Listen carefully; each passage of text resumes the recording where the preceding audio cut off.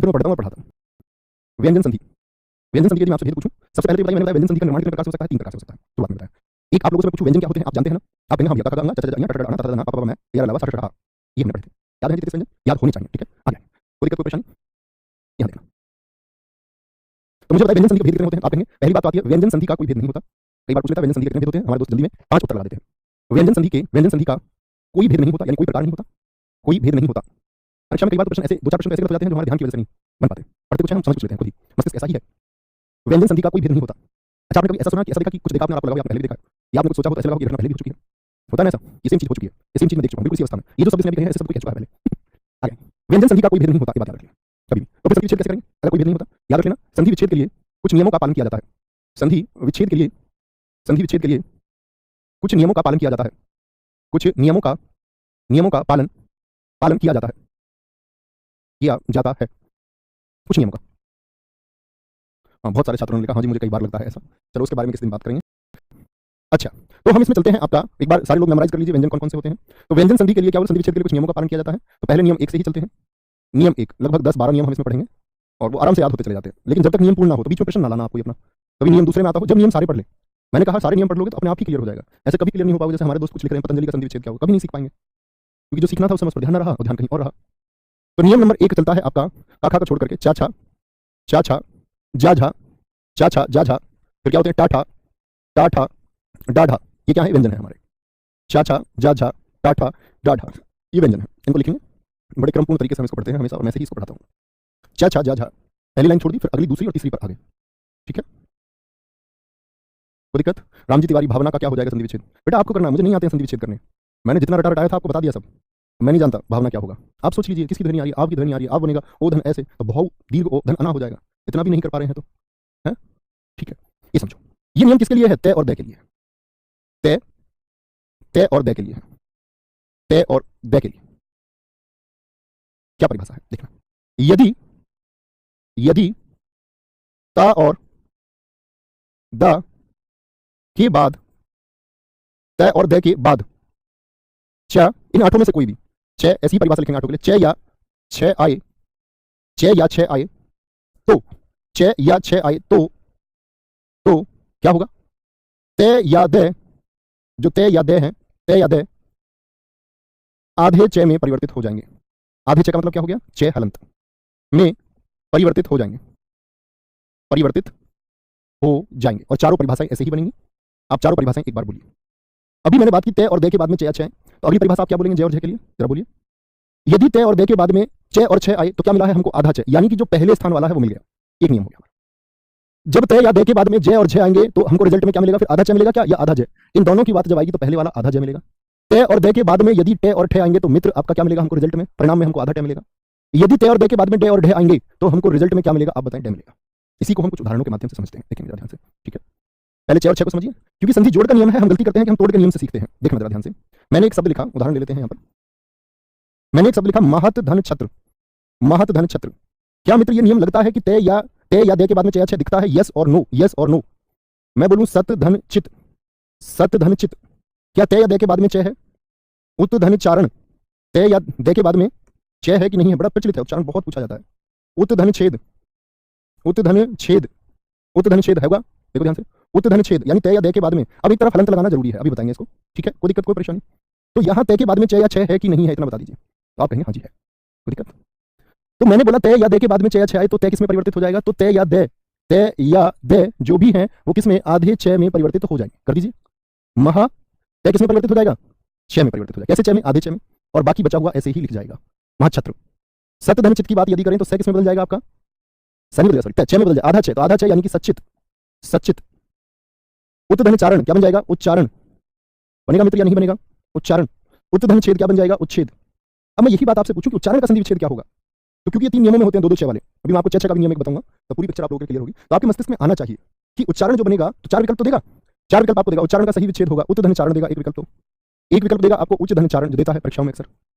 एक आपसे देगा यहाँ पर उन धन चारण, उन धन चारण, एक विकल्प देगा। इनमें से कोई नहीं। तो आप जब नियम को लगाएंगे तो आप सोचेंगे ना वो परीक्षा में मिलेगा ही। तो आप कहेंगे भैया तय या दय के बाद में यदि चाहे तो च में बन जाएगा। आप कहेंगे एकदम से ठीक है। कौन सा ठीक हो जाएगा? ऑप्शन ए एकदम से ठीक हो जाएगा, ठीक है? कोई दिक्कत कोई परेशानी? अच्छा तो ये तो जोड़ने की बात होगी, तो कुछ तोड़ के दिखा दीजिए हमको थोड़ा। जैसे मैं कुछ शब्द दे सकता हूं आपको, सच्चरित्र को तोड़ के दिखाइए, प्रयास करना, गलत हो कोई दिक्कत नहीं है। सच्चरित्र, एक जगत छाया, बस जो तोड़ो तो उसको तोड़ने के बाद ये देख लेना कि नियम उस पर लागू हो रहा है या नहीं। उच्छिन्न, उच्छिन्न का क्या संधि विच्छेद हो जाएगा, उच्छिन्न का, उच्छिन्न।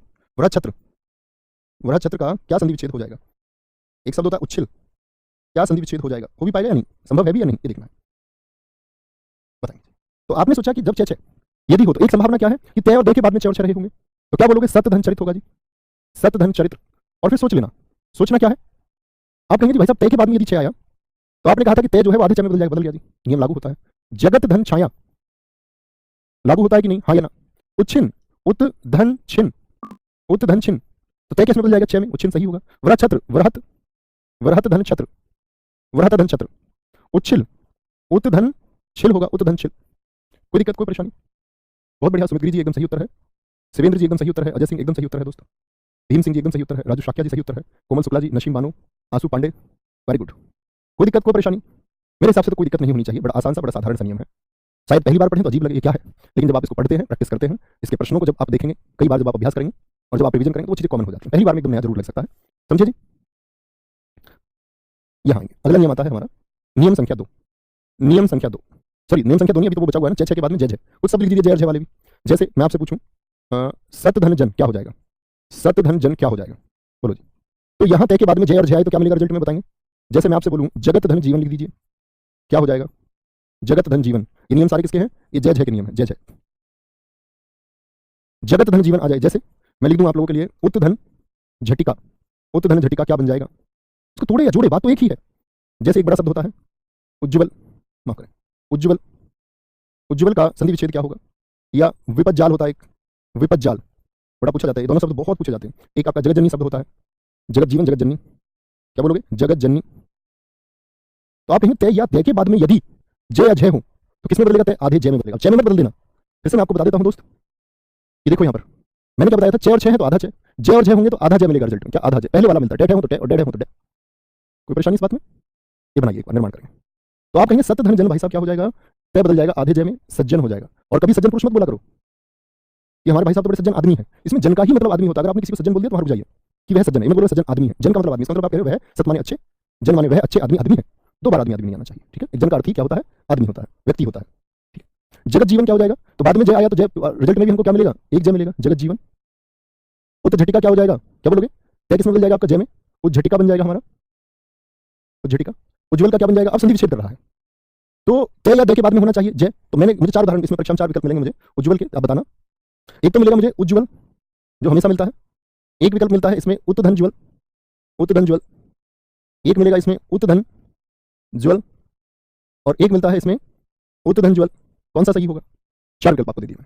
तो आप कहेंगे जी उज्ज्वल के लिए आपने बताया था कि बाद में जय आ रहा है, जय जय, पहले मैं देखूंगा इन विकल्पों को, तो इन विकल्पों को देखते हुए मैं देखूंगा कि तय के बाद में जय होना चाहिए, इसकी तो संभावना खत्म हो जाती है, यहाँ पर हलंत नहीं है, तो ये भी संभावना। अब ये बचा तो ज्वल शब्द होता है या ज्वल, जब आप देखेंगे ज्वाला, ज्वाला, तो आप क्या बोलेंगे, आधा जय होना चाहिए। तो आधा जय जब यदि होना चाहिए तो पूरे जय का मतलब नहीं बनता, अब नियम लागू हो जाएगा, उत धन ज्वल। तो तय किसमें बदला होगा, तय भाई साहब जय के बाद में, तय के बाद में यदि जय है तो तय भी आधे जय में। इसीलिए दोनों जय कैसे होते हैं, उज्ज्वल। वर्तनी में भी बहुत पूछा जाएगा, वहां भी मैं वर्तनी यानी शब्दों को लिखना आपको समझाऊंगा, तो हम वहां भी समझेंगे, वहां भी हम समझेंगे कि उज्ज्वल में दोनों जय आधे क्यों, आप समझ चुके हैं तो वहां क्यों समझेंगे। विपद जाल, क्या बोलोगे, विपद शब्द होता है तय दय के बाद में, विपद जाल। जगत जननी का क्या होगा, जगत मत लिख देना, जगत अब तय ही लिखना होगा, विपद वहां क्यों लिखा, क्योंकि विपद है, विशाल है। जगत धन जननी, कोई दिक्कत मित्र, बोलिए भाई साहब, कोई परेशानी। उत धन ज्वल होगा, कुछ बच्चों ने दीर्घ वाला भी बताया, बहुत सारे ने सी और 3 उत्तर दिया, अतुल गौतम जी, मोनू चौधरी जी, सुरवेख भदौटिया जी, बहुत अच्छा उत्तर दिया। तो समझे भाई साहब, जय और जय, जय और जय। ऐसा ही एक नियम किसके लिए आएगा, टय और ठय के लिए आएगा। बड़े प्रचलित से 2-3 उदाहरण है, टय या ठय के लिए, उसमें टट्टी का सबसे अच्छा उदाहरण आता है, क्या बोले थे, टय और ठय, टय और ठय का नियम। तो जैसे मैं आपसे पूछूं एक उदाहरण इसमें लेकर के, तत् धन टीका, तत् धन टीका क्या बन जाएगा। मैंने आपको बताया तय या दय के बाद में यदि टय या ठय हो, टय या ठय हो तो क्या होता है, तो ये तय होता है, ये टय में परिवर्तित हो जाएगा, लेकिन टय कैसा होगा, आधा। देखो जय भी आधा बना, च भी आधा बना, तो ये टय भी आधा बनेगा, तट्टी का बन जाएगा, तट्टी का लिखन हेतु, ठीक है। लेके गए हो स्कूल में, तख्ती नहीं लेके गए जिस लिखते थे, तुम नहीं लेके गए होगे शायद, ठीक है। ये देखो, तो अब इसको हम ऐसे भी लिख सकते हैं, कई बार आपको लिखा दिखेगा ऐसे, तो इसका मतलब क्या होता है, इसका मतलब भी यही है कि इसमें एक टय आधा और एक पूरा है, ये भी सही और ये भी सही, राह सफर में जो मिले वो सब सही। बोलो भाई, कोई दिक्कत, कोई परेशानी। Ajay Singh ji too much thank you. आपको कुछ भी पढ़ना अच्छा इसलिए लगता है मित्र क्योंकि आप ध्यान से पढ़ते हो, हर किसी को नहीं लग सकता, जिसका अध्ययन से कोई मतलब नहीं, जिसने सीखना जाना नहीं, उसको कैसे ही अच्छा लग जाएगा। मान लीजिए चलो कोई रटने वाला बच्चा है, उसको कैसे ही कुछ अच्छा लग जाएगा वो ढूंढता है फिर छोटा तरीका, वो ढूंढता है कि एक ही दिन में संधि पढ़ ले, और फिर परीक्षा में गलती करता है, फिर लिमिटेशन में रह जाता है, फिर बार बार असफल होता है। कोई दिक्कत। तो ते या दे के बाद में यदि टे या ठे हो तो क्या मिलेगा रिजल्ट में? आधा टे मिलेगा। याद है ना, टे और ठे के लिए, मतलब चारों के लिए। एक तो चेच है, जेज है, टेट है, यदि हो तो आधा टे, डेड है होंगे तो आधा टे। ठीक है, जैसे मैं बोलूं वट टीका क्या हो जाएगा, बताना देना। वत धन टीका, भाई यहां भी तो यही आया, ते या दे के बाद में टे या ठे आया। जैसे मत धन टीका क्या हो जाएगा, मत धन टीका क्या हो जाएगा? तीन बड़े प्रचलित उदाहरण हैं इसके, बताएंगे। तो टे ठे आए, ते और दे के बाद में, हाँ जी आई भैया। तो ते के बाद में यदि टे हो तो रिजल्ट में क्या मिलेगा? आधा टे। अब आधा टे कैसे लिखोगे? अब किसी ने हमारी वर्णमाला की क्लास नहीं करी तो वो टे को ऐसा लिखेगा आधा। मैंने आपको बताया था गुलाई वाला आधा कैसे लिखा जाता है। भाई जय तो हमने लिख लिया आधा, ये देखो उसकी खड़ी पाई हटा दी थी। मैंने बताया था जिसमें खड़ी पाई होती है उसकी खड़ी पाई हटा दो। ठीक है, क्या बोलेंगे? ये दे आ गया आपका। तो जिसको हमको आधा लिखना था, हमको, ठीक है, तो उसकी हम खड़ी पाई हटा देते हैं। लेकिन इसकी खड़ी पाई थोड़ी हटा देंगे, टे में हलंत है, वट टीका। बस कुछ नहीं करना, जो तय है उसको आधे अगले में बदल दो। मत धन टीका क्या बन जाएगा? मट्टी का बन जाएगा, मट्टी का। ठीक है, कोई दिक्कत, कोई परेशानी?